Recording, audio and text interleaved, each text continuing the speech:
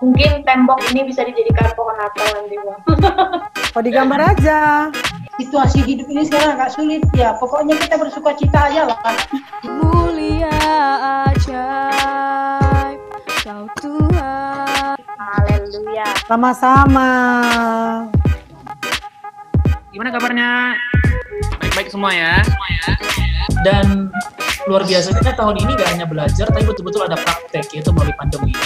Kita mengharapkan kehadiran Roh Kudus terus-menerus melalui kebenarannya, bukan kebenaran manusia.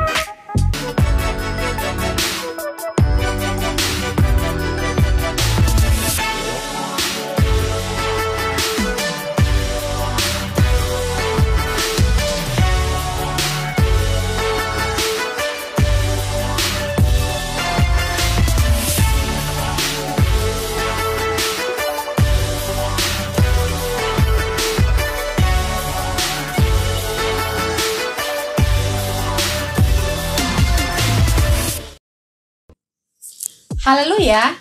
Selamat datang Jemaat Tuhan GKI Padang dalam ibadah online Minggu 22 November 2020. Minggu ini adalah minggu keempat kita mendengarkan firman Tuhan dengan tema mengalami Tuhan. Mari kita menjaga kekudusan dan ketaatan sebagai kunci agar kita tetap mengalami Tuhan hari lepas hari. Rabu lalu, kita telah melaksanakan 4D Gathering. Kita diingatkan untuk senantiasa waspada dan setia secara rohani dan mempergunakan talenta yang kita punya agar berdampak. Siapkah saudara meneruskan apa yang telah kita dapat? Natal tahun ini tentunya berbeda karena kita akan merayakannya di tengah pandemi. Namun banyak hal yang dapat kita lakukan untuk merayakan Natal. Bersama keluarga, kita dapat saling melayani, bekerja sama, dan saling menguatkan. Minggu depan, 29 November 2020, kita akan merayakan ibadah raya offline. Ibadah pertama dimulai pada jam 9 sampai 10 pagi, dan ibadah kedua dimulai dari jam 11 sampai 12 siang. Saya mengundang seluruh jemaat Tuhan agar dapat mendaftarkan diri melalui pemimpin 4D atau tim di gereja agar dapat mengikuti ibadah secara langsung. Dan ibadah online tetap dapat diakses melalui channel YouTube GKI Padang. Minggu ini kita akan diberkati dengan ayat renungan dari Yesaya 40 ayat 31. Tetapi orang-orang yang menanti-nantikan Tuhan mendapat kekuatan baru. Mereka seumpama Raja Wali yang naik terbang dengan kekuatan sayapnya. Mereka berlari dan tidak menjadi lesu, mereka berjalan dan tidak menjadi lelah. Mari kita baca bersama-sama. Yesaya 40 ayat 31. Tetapi orang-orang yang menanti-nantikan Tuhan mendapat kekuatan baru. Mereka seumpama Raja Wali yang naik terbang dengan kekuatan sayapnya. Mereka berlari dan tidak menjadi lesu. Mereka berjalan dan tidak menjadi lelah. Mari kita persiapkan hati kita untuk memuji dan menyembah Tuhan. Tuhan Yesus memberkati. Halo GKI, mari sama-sama kita bersukacita dan menari untuk Tuhan kita. Apapun keadaanmu hari ini, ingat bahwa Dia tetap Tuhan yang bekerja di dalam hidupmu.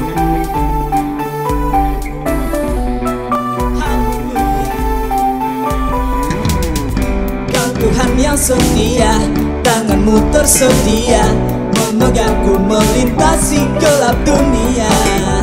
Apapun keadaan, hati dan perasaan, tak membatasi kuasamu di dalamku. Kasihmu kepadaku menerima apa adanya.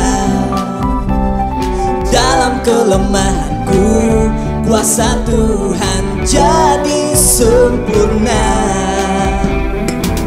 Ku kan selalu kembali padamu. Yang ku perlu hanyalah Kau Tuhan. Cintamu membuatku mengerti siapa aku yang sebenarnya.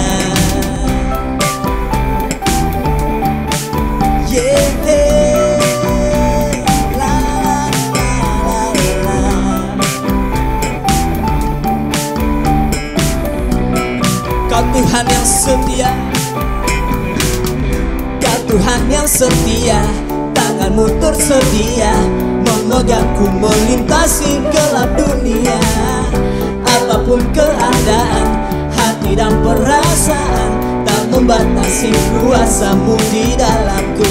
Kasih-Mu kepadaku, menerima apa adanya. Dalam kelemahanku, kuasa Tuhan jadi sempurna. Ku kan selalu kembali padamu, yang ku perlu hanyalah Kau Tuhan. Cinta-Mu membuatku mengerti siapa aku yang sebenarnya. Ku kan selalu kembali padamu, yang ku perlu hanyalah Kau Tuhan. Cinta-Mu membuatku mengerti siapa aku yang sebenarnya. Wow, wow, wow, wow,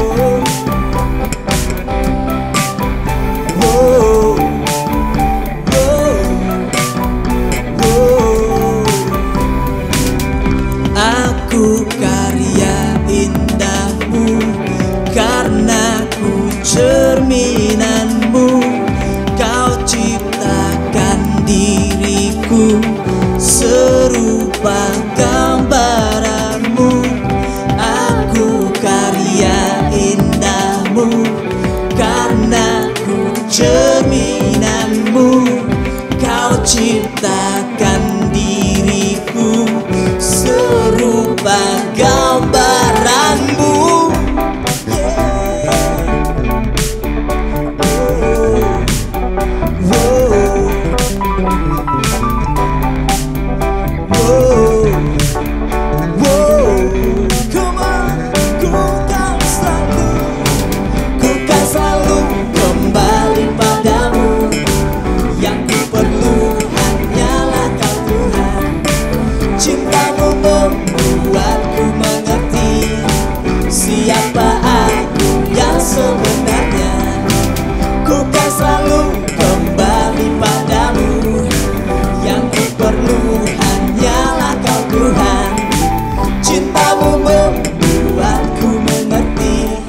Siapa aku yang sebenarnya.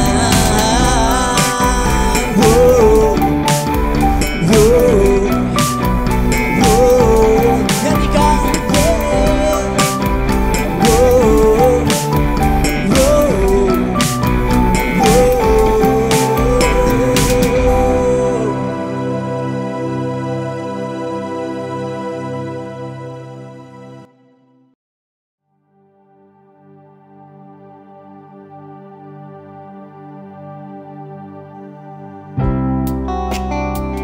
Tuhan, biarlah setiap hari kami merindukan berdiam di dalam bait-Mu, menikmati kasih-Mu Tuhan setiap hari-hari kami. Kami mengucap syukur buat semua kebaikan-Mu Tuhan, kesetiaan-Mu yang tidak pernah meninggalkan kami.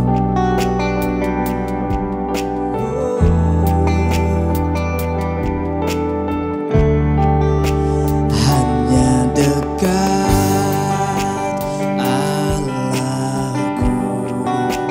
rasa tenang hatiku, Kau sertai jalanku sepanjang hidupku.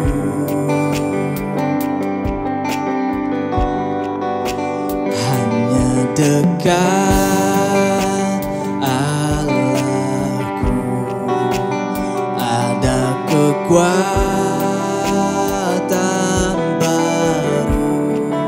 Kaulah perlindunganku, keselamatanku.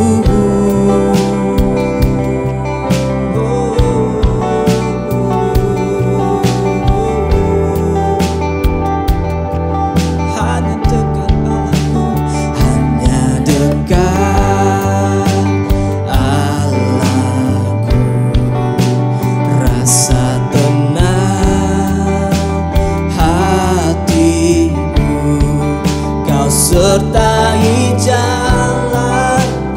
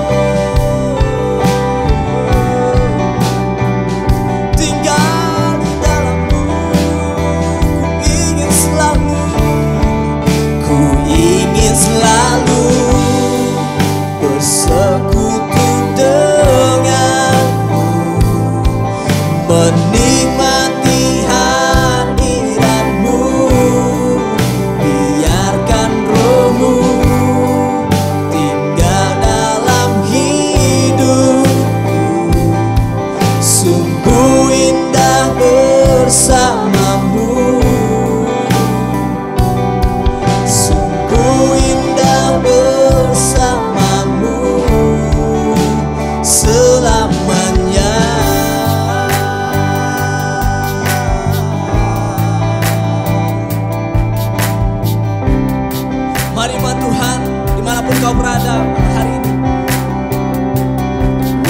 mari kita merasakan hadirat Tuhan dimanapun kita berada. Hadirat meliputi kami, hadirat Yesus ada dimanapun kami berada.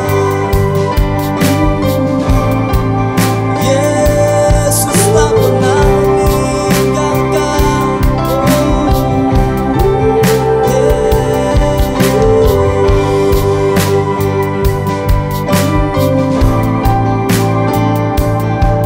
Tiada pernah kau tinggalkan, tiada pernah sedetik pun, tiada pernah kau tinggalkan. Sungguh mulia dan sempurna,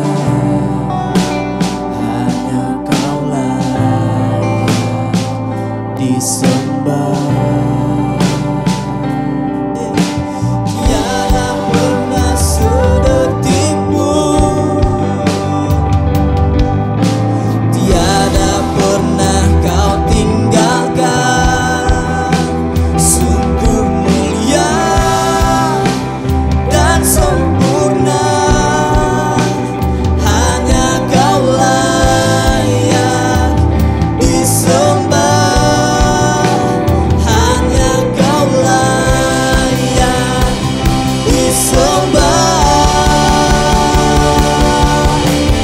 Yesus Engkau juru selamatku, dalam janji-Mu kemenanganku, selamanya kan ku nyatakan besar setiamu Tuhan Yesus Engkau. Yesus Engkau juru selamatku, dalam janji-Mu kemenanganku, selamanya kan ku nyatakan besar setiamu Tuhan, besar setiamu, besar setiamu Tuhan, besar setiamu Tuhan di hidupku.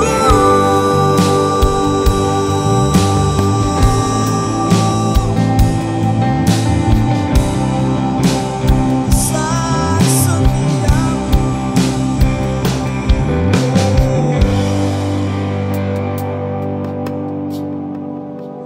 Bapa kami yang baik, kami bersyukur untuk rahmat dan kebaikan yang Kau beri kepada kami anak-anak-Mu sepanjang minggu ini. Kami bersyukur untuk ibadah offline yang berjalan semakin baik. Semakin banyak anak-Mu yang rindu dan antusias dalam mengikuti ibadah offline ini ya Tuhan. Engkau tingkatkan jumlah yang datang dan kami dapat merasakan hadirat-Mu lebih nyata lagi dalam ibadah kami. Para pelayan-Mu yang mengambil bagian Engkau berkati dengan limpah segala pengetahuan dan kecakapan mereka. Kami bersyukur untuk 4D Gathering yang diikuti 90 jiwa. Terima kasih untuk jamahan-Mu di mana seluruh jemaat-Mu penuh dengan antusias dan sukacita.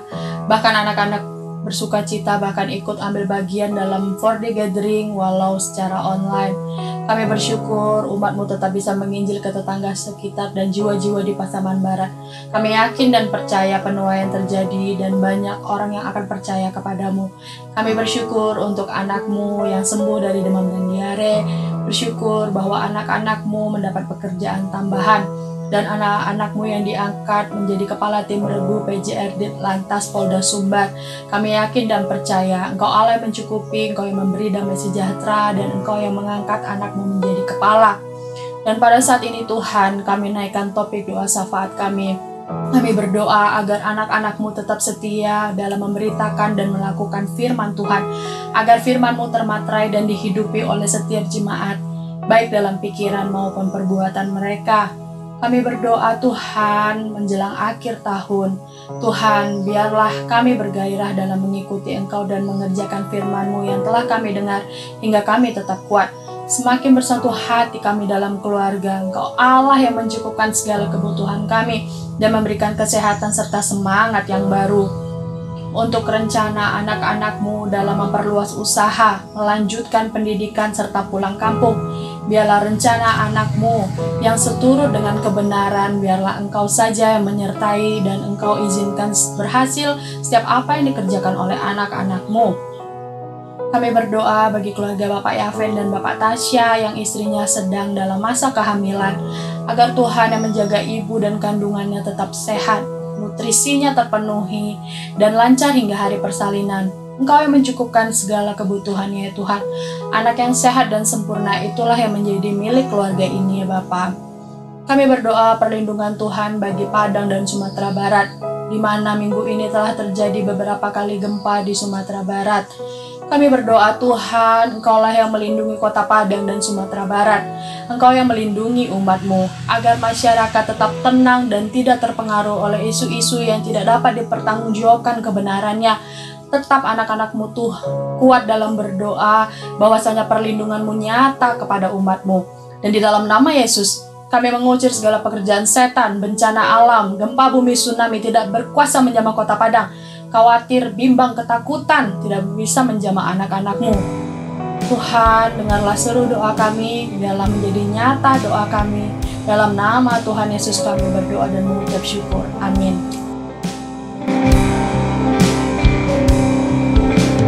Yesus Engkau juru selamatku, dalam janji-Mu kemenanganku, selamanya kan ku nyatakan besar setia-Mu Tuhan, besar setia-Mu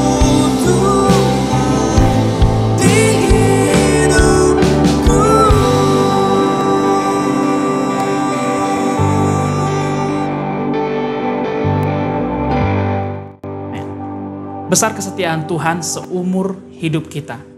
Dan inilah yang akan kita nyatakan. Bukan besarnya masalah kita, melainkan besarnya kesetiaan Tuhan seumur hidup kita. Hari ini kita bertemu lagi dalam ibadah minggu dan kita akan dengarkan firman Tuhan, Bapak Ibu Saudara. Apakah saudara bersemangat untuk mendengarkan firman Tuhan dan untuk belajar sesuatu pada hari ini? Boleh tanya kiri kanannya, katakan, apakah kamu bersemangat untuk belajar firman Tuhan pada hari ini? Bapak Ibu Saudara, selain kita persiapkan hati, mari kita persiapkan juga catatan. Persiapkan juga, saudara mungkin mau mencatat di handphone atau mencatat di note saudara. Mari kita siapkan catatan supaya apa yang akan Tuhan sampaikan, apa yang akan Tuhan beritakan, kita bisa catat sehingga kita bisa pelajari, kita bisa ingat kembali. Suatu saat kita pasti membutuhkannya. Nah, minggu yang lalu kita beribadah, ada yang ibadah di gereja dan ada juga yang beribadah secara online. Nah, minggu lalu kita belajar dari Gembala Sidang mengenai mengalami Tuhan lebih dalam. Di sana kita diingatkan bahwa ternyata kita dapat mengalami Tuhan lebih dalam adalah melalui penderitaan yang sedang kita hadapi. Justru kita akan mengalami Tuhan lebih dalam bukan pada waktu kita sedang sukacita, tetapi lebih lagi kita mengalami pada waktu sedang mengalami penderitaan. Dan bahwa penderitaan yang kita hadapi itu adalah penderitaan yang ringan bila dibandingkan dengan kemuliaan yang akan kita terima kelak. Hal itu dicantumkan dalam 2 Korintus 4 ayat 17 yang berkata, sebab penderitaan ringan yang sekarang ini mengerjakan bagi kami kemuliaan kekal yang melebihi segala-galanya, jauh lebih besar daripada penderitaan kami. Justru dalam penderitaan kita alami Tuhan lebih dalam. Kalau kita bisa mengerti bahwa ada tujuan yang mau Tuhan nyatakan melalui rasa sakit yang kita alami, dan kalau kita mengerti bahwa kita perlu mencari Tuhan lebih dalam lagi di saat masalah sedang kita hadapi. Pada hari ini kita akan belajar mengenai kunci untuk mengalami Tuhan. Bagian yang kedua menyambung dari apa yang saya sampaikan pada 2 minggu yang lalu. Saya mengajak kita semua untuk berdoa terlebih dahulu sebelum kita melanjutkan firman Tuhan. Bapa di dalam surga, di dalam nama Yesus, terima kasih pada hari ini kami memberikan waktu kami untuk beribadah, untuk menghadap hadirat-Mu, untuk masuk ke dalam ruang Maha Kudus-Mu melalui pujian dan penyembahan kami. Kami juga menaikkan doa kami dan ucapan syukur kami. Menaikkan betapa besar, betapa baiknya Engkau dalam kehidupan kami. Dan kami juga menaikkan permohonan kami kepadamu. Tuhan, terima kasih kami boleh beribadah di dalam setiap musim apapun. Hari ini kami akan kembali mendengarkan firman-Mu. Kami perlu Roh Kudus-Mu untuk mewahyukan sesuatu pada kami. Sehingga firman-Mu yang kami dengarkan, khotbah ini tidak hanya sekedar kata-kata. Tetapi khotbah ini akan membangkitkan, akan menyadarkan kami, dan akan menegur kami bila kami sedang berada di jalan yang salah. Biar melalui firman-Mu pada hari ini kami dapat merasakan Engkau, mengalami Engkau. Bahwa Tuhan lebih dekat dari masalah yang sedang kami hadapi. Bahwa Engkau lebih dekat daripada kesedihan yang sedang kami rasakan. Engkau lebih dekat daripada kekurangan yang sedang kami hadapi, Tuhan. Bahkan Engkau lebih dekat dari segala pergumulan kami, dari segala sakit yang kami derita. Engkau lebih dekat daripada semuanya itu. Bila pada hari ini Roh Kudus-Mu membantu kami sekali lagi untuk boleh mengerti akan firman-Mu. Terima kasih Tuhan Yesus, kami siapkan hati kami, siapkan seluruhnya untuk mendengarkan firman-Mu dan berbicaralah kepada kami. Haleluya, amin. Sebelum saya menyambung apa yang kita sudah pelajari pada 2 minggu yang lalu, Bapak Ibu Saudara, mengenai kunci untuk mengalami Tuhan, ada satu cerita berdasarkan pengalaman yang saya temukan di dalam praktek yang saya jalani kurang lebih dalam 1 minggu yang lalu. Nah, pada beberapa hari yang lalu saya melakukan medical check up ke satu Polres di Sumatera Barat. Nah, seperti biasa saya melakukan medical check up dan saya memegang bagian pemeriksaan jantung yang dinamakan ECG treadmill. Nah, biasanya saya punya kebiasaan pada waktu pasien melakukan pemeriksaan ECG treadmill, saya punya kebiasaan untuk mengajak mereka berbicara supaya mereka tidak terlalu tegang dan supaya mereka bisa merasakan nyaman pada waktu mereka melakukan pemeriksaan. Ternyata dari sebagian besar yang saya periksa, rata-rata para petugas polisi ini mereka baru sembuh ataupun sudah melewati COVID. Ada yang dirawat, ada yang isolasi mandiri, dan ada yang tanpa gejala, ada juga yang dengan gejala. Dari sekian banyak cerita yang saya temukan, yang saya dengarkan dari para petugas polisi yang sudah mengalami COVID, saya menyimpulkan ada 2 kelompok. Saya menemukan ada 2 kelompok dalam cerita ini. Kelompok yang pertama adalah mereka yang terkena COVID namun tidak mengalami gejala. Kelompok yang kedua adalah mereka yang terkena COVID dan mengalami gejala. Atau kurang lebih bisa saya katakan mereka yang terkena kelompok pertama, mereka kena COVID dan hanya dirawat di rumah. Kelompok kedua, mereka terkena COVID karena punya gejala yang cukup berat, mereka dirawat di rumah sakit. 2 kelompok ini menunjukkan hasil yang berbeda. Pada mereka yang terkena COVID, tidak punya gejala, dan mungkin hanya melakukan isolasi mandiri di rumah, kehidupan mereka pada hari ini tidak berbeda dengan kehidupan mereka sebelumnya. Kalau mereka punya kebiasaan buruk pada waktu sebelumnya, mereka tetap membawa kebiasaan buruk, katakanlah mereka mungkin merokok, atau mereka tidak menjalani pola hidup sehat, atau mereka tidak peduli dengan masker. Kelompok yang pertama ini, di mana mereka terkena COVID namun tidak punya gejala, rata-rata dari mereka melakukan pola hidup yang sama pada hari ini. Namun di kelompok yang kedua, mereka yang terkena COVID punya gejala dan bahkan ada yang sampai dirawat di rumah sakit, di ruang isolasi, mereka mengalami perubahan hidup. Mereka yang dulunya perokok, mereka katakan, "Dok, saya sudah berhenti merokok karena pada waktu saya terkena COVID, saya sangat tersiksa dengan sesak nafas yang saya alami." Mereka yang dulunya tidak pernah olahraga, mereka mulai katakan, "Saya mulai untuk olahraga, Dok, paling tidak saya jalan kaki 2 kali atau 3 kali seminggu." Karena ternyata sistem imun ini pun dibangkitkan gak hanya dari luar, tetapi juga dari dalam. Kelompok yang kedua ini mereka mengalami perubahan dari pola hidup yang buruk kepada pola hidup yang lebih baik. Dua-duanya sama-sama terkena COVID, tapi memiliki pengalaman yang berbeda. Yang berujung kepada memiliki satu kelompok tidak berubah, satu kelompok mengalami perubahan. Nah, bukankah analogi yang sama, Bapak Ibu Saudara, yang terjadi di dalam hidup kita? Bahwa pada tahun 2020 ya, kita melihat bahwa ada banyak masalah yang terjadi. Apakah kita hanya terkena masalah? Atau kita mengalami Tuhan di dalam masalah yang sedang kita lalui? Semua orang pasti melewati masalahnya. Pertanyaannya, apakah kita mengalami Tuhan melalui masalah yang terjadi di dalam kehidupan kita? Sama seperti kelompok yang kedua. Mereka yang mengalami Tuhan di dalam melewati masalah, tentunya ada perubahan hidup. Dan saya lihat pada kelompok yang kedua ini, Bapak Ibu Saudara, bahwa mereka yang semakin berat gejalanya, ada yang mungkin pakai ventilator, masuk ruang ICU oleh karena beratnya kondisi yang mereka alami, perubahan mereka semakin besar. Perubahan mereka ke arah yang lebih baik semakin besar.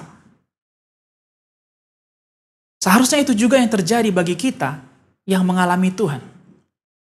Semakin besar masalah yang kita hadapi, semakin berat, semakin tidak mampu rasanya kita melewati masalah tersebut. Namun karena kita mengalami Tuhan, mengalami jamahannya, mengalami berkatnya, mengalami tuntunannya, mengalami pertolongannya,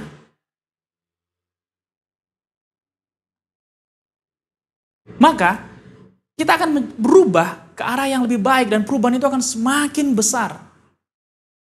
Justru orang yang tidak mengalami Tuhan, hidupnya akan tetap sama. Itu sebabnya kita perlu kunci untuk membuka pintu mengalami Tuhan di dalam masalah yang kita hadapi. Yang pertama kita sudah belajar, saya sudah sampaikan bahwa kunci yang pertama adalah melalui kekudusan. Kekudusan adalah suatu keadaan atau atmosfer di mana kita bisa melihat dan mengalami Tuhan. Kekudusan adalah master key, kunci paling utama. Tanpa itu, kunci lainnya tidak akan berfungsi. Master key adalah kunci utama.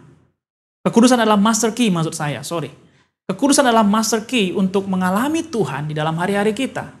Poin yang kedua adalah ketaatan. Kita tahu bahwa iman timbul dari pendengaran. Namun tidak cukup hanya sampai di titik iman. Iman perlu tindakan. Iman perlu follow up. Inilah yang kita sebut sebagai sebuah ketaatan. Iman adalah kacamata. Sehingga kita yang kabur atau sulit untuk menemukan Tuhan dalam masalah, dengan iman kita bisa melihat pribadi Tuhan lebih jelas dalam masalah yang kita hadapi. Namun tidak cukup hanya pakai kacamata. Kita perlu komitmen untuk bertindak, melangkah maju, mengikut Yesus. Itu yang kita sebut sebagai ketaatan. Apakah kita kelompok yang pertama, hanya terkena masalah namun tidak mengalami, atau kita mau memilih kepada kelompok yang kedua, terkena masalah, mengalami Tuhan, dan mengalami perubahan hidup? Kunci yang ketiga, mari kita bahas bersama-sama. Kunci yang ketiga untuk mengalami Tuhan adalah pujian dan penyembahan. Kita lihat dalam Kisah 16 ayat 23 sampai 26. Setelah mereka berkali-kali didera, mereka dilemparkan ke dalam penjara. Kepala penjara diperintahkan untuk menjaga mereka dengan sungguh-sungguh. Sesuai dengan perintah itu, kepala penjara memasukkan mereka ke ruang penjara yang paling tengah dan membelenggu kaki mereka dalam pasungan yang kuat. Tetapi kira-kira tengah malam, Paulus dan Silas berdoa dan menyanyikan puji-pujian kepada Allah. Dan orang-orang hukuman lain mendengarkan mereka. Tetapi terjadilah gempa bumi yang hebat, sehingga sendi-sendi penjara itu goyah, dan seketika itu juga terbukalah semua pintu, dan terlepaslah belenggu mereka semua. Cerita ini dalam Kisah Para Rasul 16 bercerita mengenai Paulus dan Silas yang berada di dalam penjara. Kita lihat bahwa ada penderitaan, ada masalah yang menyiksa mereka. Yang pertama, mereka didera atau dipukul hingga babak belur. Ini adalah penyiksaan fisik. Yang kedua, mereka dikurung dalam penjara yang paling tengah dan dijaga dengan penjaga yang ketat. Yang kedua ini adalah masalah ataupun belenggu yang terjadi dalam pikiran. Sehingga Paulus dan Silas merasa bahwa mereka tidak mungkin kabur, tidak mungkin keluar dari penjara. Karena mereka ada di dalam penjara yang paling tengah dan pengawasannya pun super ketat. Yang ketiga, tidak cukup hanya itu, kepala penjara pun membelenggu kaki mereka. Sehingga Paulus dan Silas sangat yakin dengan mata badani mereka bahwa mereka tidak mungkin bisa kemana-mana. Ketiga yang terjadi adalah harapan mereka yang dibelenggu. Yang pertama, fisik mereka tersiksa. Yang kedua, pikiran mereka tersiksa karena mereka tidak mungkin lari dari penjara. Yang ketiga, harapan mereka tersiksa. Apakah kita pernah di dalam kondisi ini? Saya yakin ada beberapa kita, atau mungkin kebanyakan kita yang beribadah pada hari ini, pernah dalam kondisi ini. Di dalam suatu masalah, fisik kita tersiksa. Ada rasa capek, ada rasa sakit. Di saat yang bersamaan, pikiran kita pun tersiksa. Kita bosan, kita jenuh, kita putus asa. Kita tidak punya jalan keluar, kita tidak tahu lagi planning apa yang mesti kita lakukan. Dan di dalam waktu bersamaan juga, harapan kita tersiksa. Karena kita tidak bisa menemukan celah untuk memperbaiki masalah yang sedang terjadi. Apakah ada kita yang pernah mengalaminya? Paulus dan Silas mengalaminya. Memuji artinya meninggikan sesuatu. Atau dengan kata lain, mengakui sesuatu lebih tinggi dari kita, melampaui kita. Dengan kita bersungut-sungut, atau komplain, atau merasa putus asa dengan masalah, itu sama artinya dengan kita memuji masalah. Sama artinya dengan kita memposisikan masalah lebih tinggi melampaui kita. Apakah kita yang beribadah pada hari ini adalah orang-orang yang mau mengakui bahwa masalah itu sudah mengalahkan kita?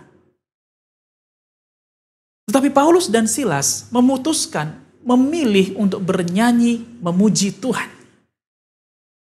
Tentu pilihan yang tidak mudah. Di saat fisiknya tersiksa, pikirannya terbelenggu, harapannya nggak bisa kemana-mana. Tetapi Paulus dan Silas memilih untuk memuji dan menyembah Tuhan. Mereka tidak memilih untuk memuji masalah yang sedang terjadi. Tetapi Paulus dan Silas memilih untuk memuji dan menyembah Tuhan. Dengan kata lain, mereka memposisikan bahwa Tuhan melebihi masalah mereka. Dan di dalam waktu bersamaan mereka mengakui bahwa Tuhan ada bersama-sama dengan mereka. Apa yang terjadi? Firman Tuhan mencatat kemudian terjadilah gempa bumi yang dahsyat. Kalau kita pikir-pikir, ada masalah yang terjadi. Lalu kemudian ada jawaban dalam gempa bumi. Wah, seharusnya gempa bumi yang dahsyat, ya rata-rata kita yang di Padang pasti pernah mengalami kondisi-kondisi yang mengerikan saat gempa bumi. Kita tahu bahwa gempa bumi itu tidak tebang pilih. Maksudnya tidak hanya atap saja yang roboh. Biasanya dia merobohkan sekaligus. Namun gempa bumi yang dialami oleh Paulus dan Silas, gempa bumi yang berbeda. Gempa bumi yang bukan untuk menghancurkan, tetapi untuk membebaskan mereka. Sebelum kita bahas mengenai gempa bumi ini, tentu ada pertanyaan bagi kita. Kenapa Paulus dan Silas bisa memuji dan menyembah Tuhan? Saya temukan dalam firman Tuhan ini. Fisik mereka memang dibelenggu. Harapan mereka, pikiran mereka memang dibelenggu. Tapi masih ada satu bagian dari hidup mereka yang tidak dibelenggu, yaitu roh mereka. Firman Tuhan berkata bahwa mereka yang menerima Kristus sebagai Tuhan dan Juru Selamat, mereka adalah orang-orang yang dimerdekakan dan bahwa mereka benar-benar sudah mereka merdeka. Fisik, pikiran, harapan mereka benar memang terbelenggu. Tetapi roh mereka merdeka. Roh mereka tidak dibelenggu dengan pasungan, roh mereka tidak dibelenggu dengan penjara, roh mereka tidak ikut babak belur dengan fisik mereka yang babak belur. Roh yang merdeka ini menghidupkan, menimbulkan pengharapan untuk mereka bisa memuji dan menyembah Tuhan. Dari sini kita belajar bahwa pujian dan penyembahan yang benar itu berasal dari roh yang merdeka. Hanya kita yang memiliki roh yang benar-benar merdeka, yang bisa memuji dan menyembah Tuhan di dalam setiap musim. Yohanes 4 ayat 23-24 mengatakan, tetapi saatnya akan datang dan sudah tiba sekarang, bahwa penyembah-penyembah benar akan menyembah Bapa dalam roh dan kebenaran. Sebab Bapa menghendaki penyembah-penyembah demikian. Allah itu roh, dan barang siapa menyembah Dia, harus menyembahnya dalam roh dan kebenaran. Pujian penyembahan yang berasal dari roh dan kebenaran, itulah yang menghadirkan Tuhan. Di manakah roh itu bersemayam? Di dalam hati kita.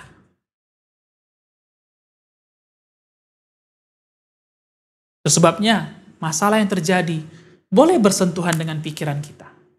Boleh bersentuhan dengan fisik kita. Boleh bersentuhan dengan harapan kita. Masalah-masalah yang terjadi selama tahun 2020 bisa bersentuhan dengan itu semua. Tapi dengan roh kita, karena kita orang yang sudah ditebus oleh darah Yesus yang mahal, roh kita tidak bersentuhan dengan itu. Roh kita tetap merdeka. Dan dari roh yang merdeka itu, kita bisa memuji dan menyembah Tuhan. Kita lihat dalam 2 Samuel 6 ayat 11-12, 3 bulan lamanya tabut Tuhan itu tinggal di rumah Obed-Edom, orang Gad itu. Dan Tuhan memberkati Obed-Edom dan seisi rumahnya. Diberitahukanlah kepada Raja Daud demikian, Tuhan memberkati seisi rumah Obed-Edom dan segala yang ada padanya oleh karena tabut Allah itu. Lalu Daud pergi mengangkut tabut Allah itu dari rumah Obed-Edom ke kota Daud dengan sukacita. Tabut Tuhan adalah lambang pujian penyembahan kepada Tuhan. Dan Allah sudah berjanji bahwa di mana namanya ditinggikan, di situ Allah akan bersemayam. Dan di mana Allah ditinggikan, Bapak Ibu Saudara, di sana Dia akan hadir. 3 bulan lamanya, tabut Allah tinggal di rumah Obed-Edom. Dan selama 3 bulan itu ada berkat yang melampaui penglihatan manusia. Sampai di sini dikatakan bahwa Tuhan memberkati Obed-Edom dan seisi rumahnya.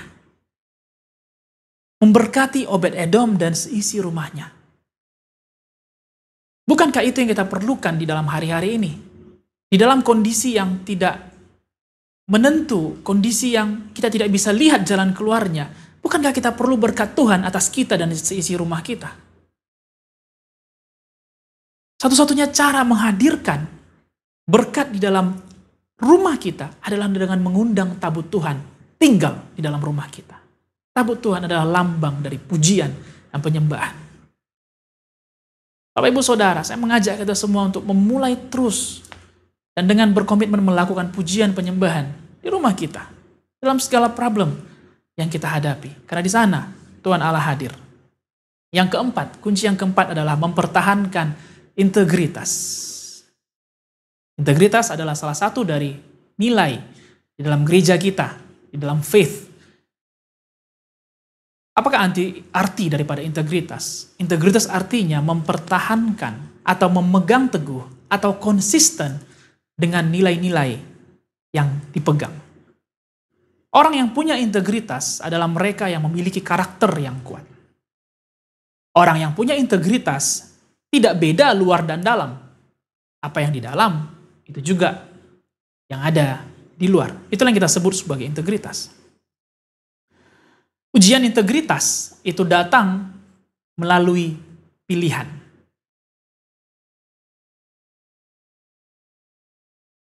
Nah, tahukah Bapak Ibu Saudara bahwa kita akan sulit memilih kalau kita nggak punya nilai-nilai yang sedang kita pegang.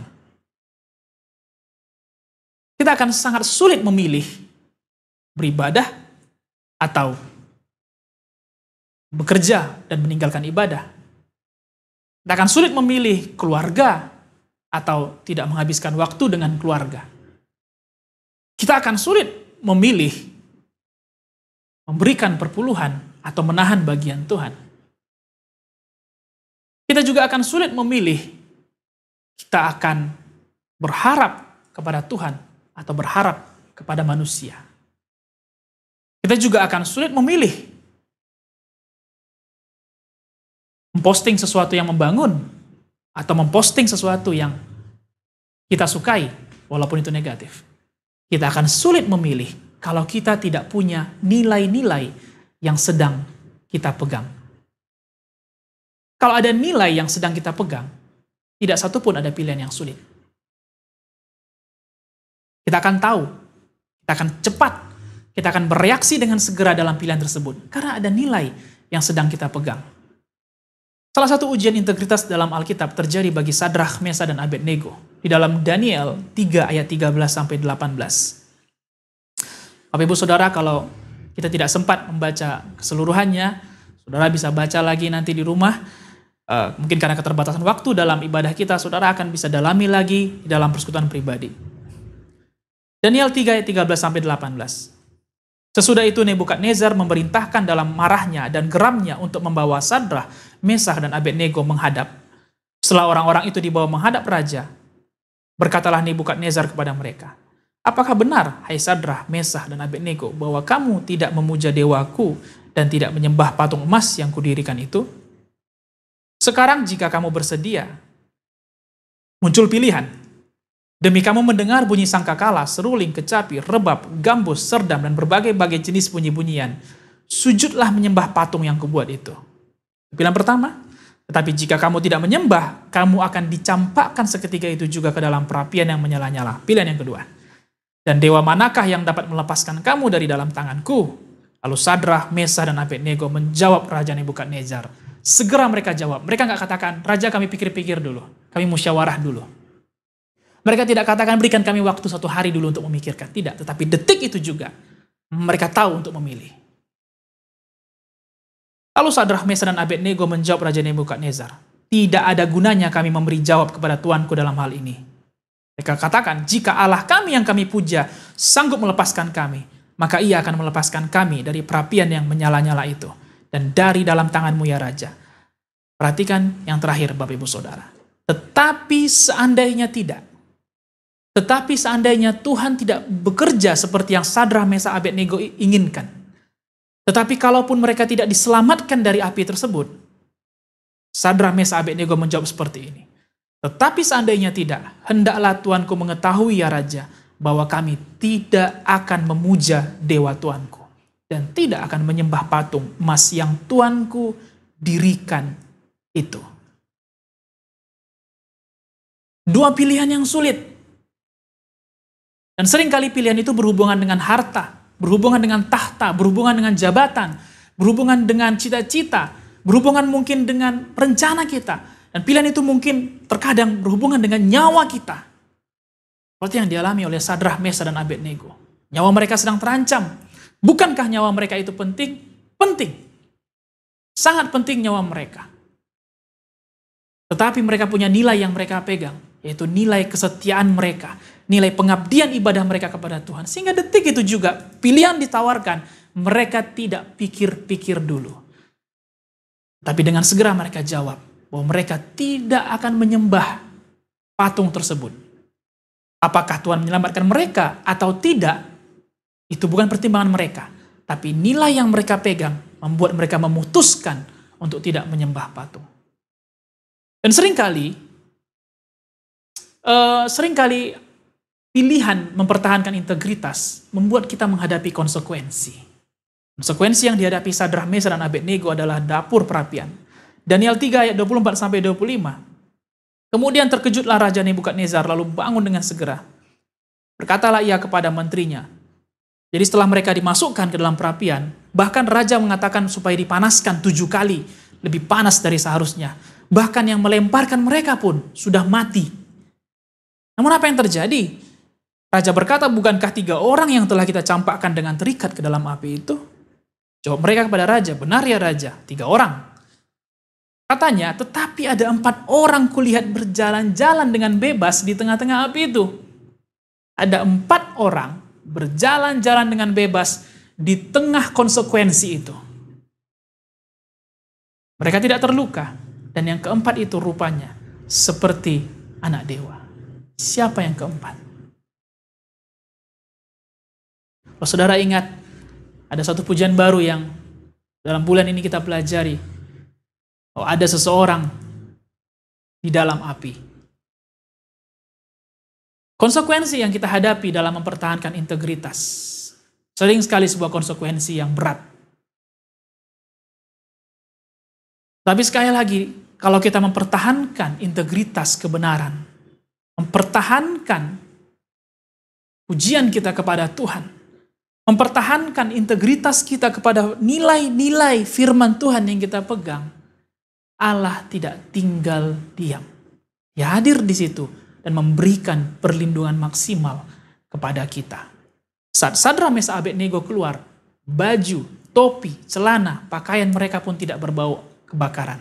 Bahkan rambut mereka pun tidak berbau hangus. Karena yang mereka pilih adalah berjalan bersama dengan Tuhan.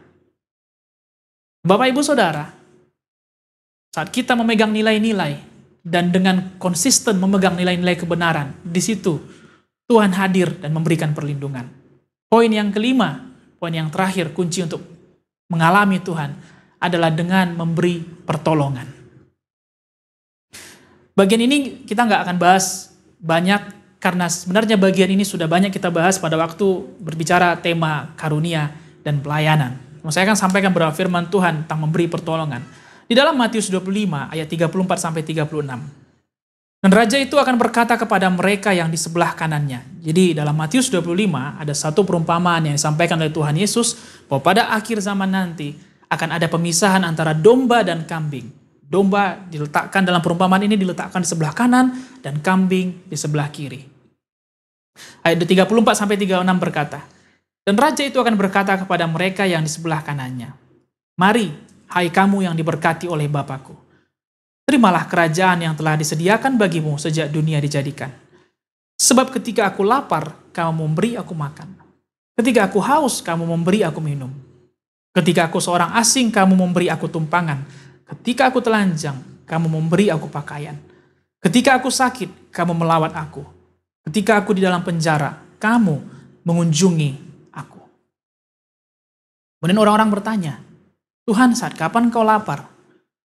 Tuhan, saat kapan kau dalam penjara? Mereka tanya juga, Tuhan, saat kapan kau orang asing?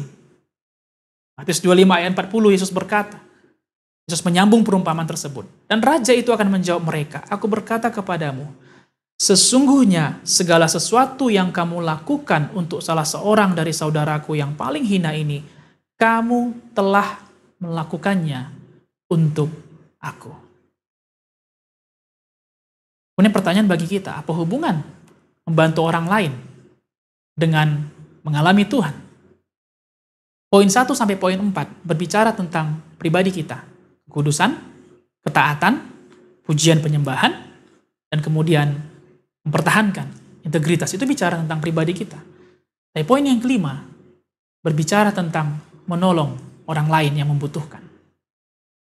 Lalu apa hubungannya mengalami Tuhan dengan menolong orang lain? Bapak, Ibu, Saudara, Lukas 22 ayat 27 berkata, sebab siapakah yang lebih besar, yang duduk makan atau yang melayani? Siapakah yang lebih utama? Siapakah yang lebih besar, yang duduk makan atau yang melayani? Bukankah dia yang duduk makan? Banyak orang menganggap orang yang dilayani itulah yang terbesar. Tetapi Yesus berkata, tetapi aku ada di tengah-tengah kamu sebagai pelayan. Dengan menolong mereka yang membutuhkan, sama artinya dengan menyadarkan pikiran kita bahwa ada yang lebih sulit, ada yang lebih susah dari kita. Dengan menolong orang yang membutuhkan, itu mengalihkan fokus kita dari masalah, dari fokus kepada masalah kepada fokus menolong orang lain. Dan di dalam waktu bersamaan, di saat kita menolong yang membutuhkan, itu memposisikan kita di dalam ruang kerja yang sama dengan yang Yesus lakukan. Yesus berkata, tetapi anak manusia datang ke dunia bukan untuk dilayani, tetapi untuk melayani. Pekerjaan Yesus disampaikan dengan jelas bahwa untuk melayani dan menyelamatkan mereka yang terhilang. Sehingga saat kita menolong orang yang membutuhkan, Saat kita buka mata dan mengalihkan fokus kita bahwa ada yang orang-orang yang butuh support kita, butuh motivasi dari kita, butuh dukungan dari kita. Di saat itu, kita sedang memposisikan diri kita berada di ruang kerja yang sama dengan yang Yesus lakukan. Karena Yesus datang bukan untuk dilayani, tetapi untuk melayani. Itu sebabnya kunci yang kelima, di saat kita menolong yang membutuhkan, di saat itu kita mengalami pekerjaan Tuhan dalam hidup kita. Tiap hari yang kita lalui, di dalam masalah yang kita lalui, selalu ada loh yang membutuhkan. Ada orang tua yang membutuhkan hormat. Ada orang tua yang membutuhkan penghargaan dari anak-anaknya. Ada orang tua yang membutuhkan ditanyakan bagaimana hari-harinya. Dan ada juga anak-anak yang butuh perhatian, yang butuh kehadiran, yang butuh waktu dari orang tuanya. Ada majikan yang perlu dihormati. Ada bawahan yang perlu untuk dihargai, yang perlu untuk diperhatikan. Ada teman-teman kita yang sedang sedih, yang membutuhkan chat ataupun telepon yang mensupport mereka, yang memotivasi kita. Ada mereka yang sedang memulai usaha dan membutuhkan supaya kita mendukung mereka. Untuk mengatakan, ya kamu mampu untuk melakukannya. Dan kita sudah bahas ini dalam sesi khotbah mengenai encouragement. Dan di dalam hari-hari kita, ada juga orang-orang yang tidak tahu harus memilih apa dan membutuhkan kita membantu mereka mengarahkan pilihannya. Dalam hari-hari yang kita lalui selalu ada orang-orang yang membutuhkan. Begitu banyak yang membutuhkan dalam keseharian kita. Dan sehingga pada waktu kita memutuskan untuk mulai menolong mereka yang membutuhkan, di saat itu kita sedang di dalam ruang kerja yang sama. Memang satu sisi kita menolong mereka, tapi saat kita menolong mereka, Tuhan pun bekerja dalam hidup kita. Karena kita sedang dalam ruang kerja yang sama. Dan Tuhan yang kita sembah, Tuhan yang hadir dalam hidup kita, di dalam ruang kerja yang sama, Dia pun tidak tutup mata akan apa yang kita lalui. Inilah kunci yang kelima, yaitu menolong mereka yang membutuhkan. Itu sebabnya Gembala Sidang berkata minggu yang lalu dalam satu firman Tuhan. Saya akan bacakan sekali lagi 1 Korintus 2 ayat 9. Saya akan bacakan di dalam 2 Korintus 4 ayat 17. Dalam versi Alkitab yang mudah dibaca. Sekarang buat sementara kami menghadapi sedikit masalah. Tetapi kesukaran itu membantu kami menerima kemuliaan yang kekal. Yang lebih besar daripada masalah kami. Kita akan bisa mengalami Tuhan kalau Tuhan hadir dalam hidup kita. Dan Tuhan hadir lebih-lebih lagi di dalam masa penderitaan, di dalam masa pencobaan. Pencobaan yang kita alami kalau Tuhan hadir, Tuhan kita kasih ruang, kita kasih tempat bagi Tuhan untuk bekerja di dalam masalah tersebut. Tuhan tidak hanya bekerja menyelesaikan masalah itu, tapi Dia bekerja merubahkan hidup kita dari dalam keluar. Sampai kita menemukan kemuliaan yang jauh lebih besar daripada masalah itu sendiri. Amin, Bapak Ibu Saudara. 5 kunci ini yang bisa kita belajar sama-sama untuk mengalami Tuhan. Kudusan yang pertama. Yang kedua, ketaatan. Yang ketiga, mempertahankan integritas. Yang keempat, pujian dan penyembahan. Yang kelima, menolong mereka yang membutuhkan. Saya berharap ini dapat membuat kita menemukan kehadiran Tuhan dan mengalami Dia setiap hari dalam hari-hari kita. Mari kita bersyukur. Terima kasih Tuhan untuk waktu dan kesempatan bagi kami untuk mendengarkan firman-Mu. Engkau yang menyempurnakan apa yang kami dengar. 5 poin kunci yang sudah kami belajar, kami dengarkan sama-sama. Kami dapat mengingatnya kembali, dan di kunci mana yang selama ini ada yang hilang dari hidup kami, mulai kami gali kembali, mulai kami cari kembali sampai kami menemukannya Tuhan.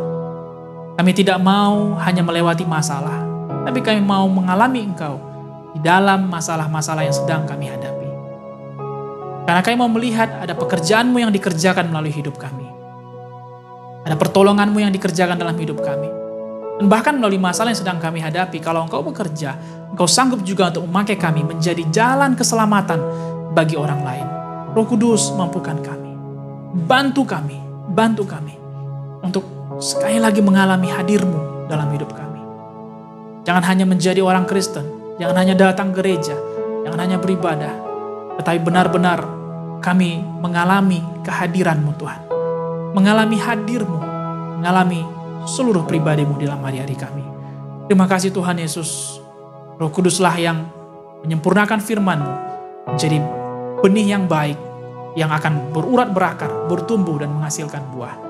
Terima kasih Bapa, syukur, kami terima kasih, haleluya, amin.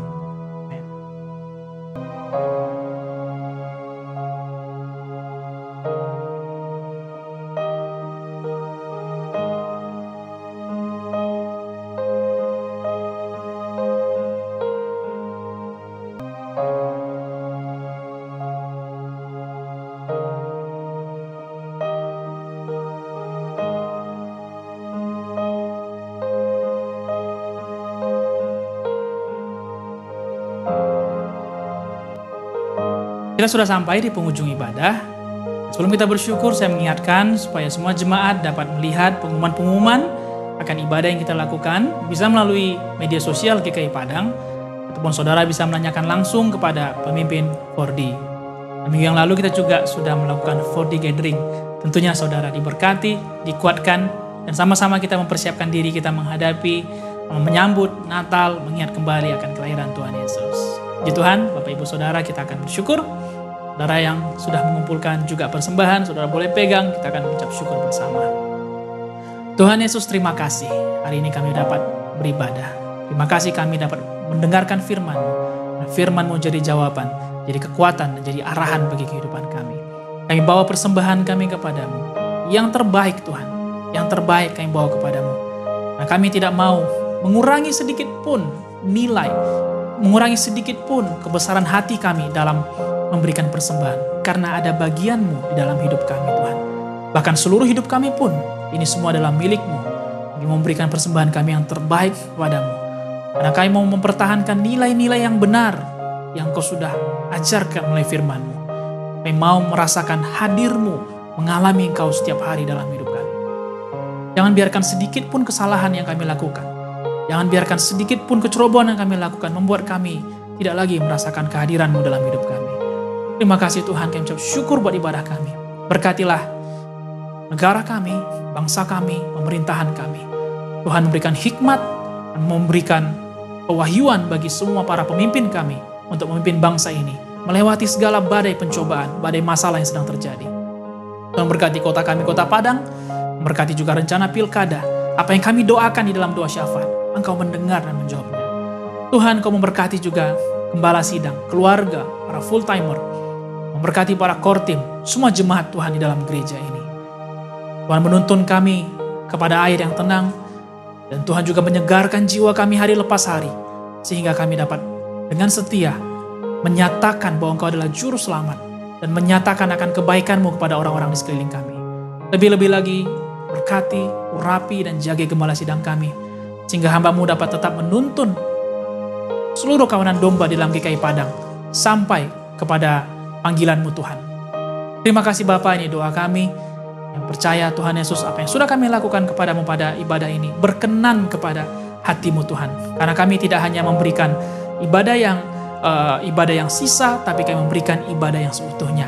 Terpujilah nama-Mu, di dalam nama Yesus kami ucap syukur. Tuhan, tidak lupa juga kami berdoa bagi mereka yang sudah berkorban bagi ibadah ini, yang di depan layar maupun di belakang layar. Tuhan, Engkau juga yang memberkati mereka dan melimpahkan perlindungan pertolongan bagi mereka semua. Terima kasih. Dalam nama Yesus kami akhiri ibadah kami. Haleluya. Amin. Amin. Tuhan Yesus memberkati Bapak Ibu Saudara. Mari kita nikmati hari ini bersama-sama dengan keluarga kita.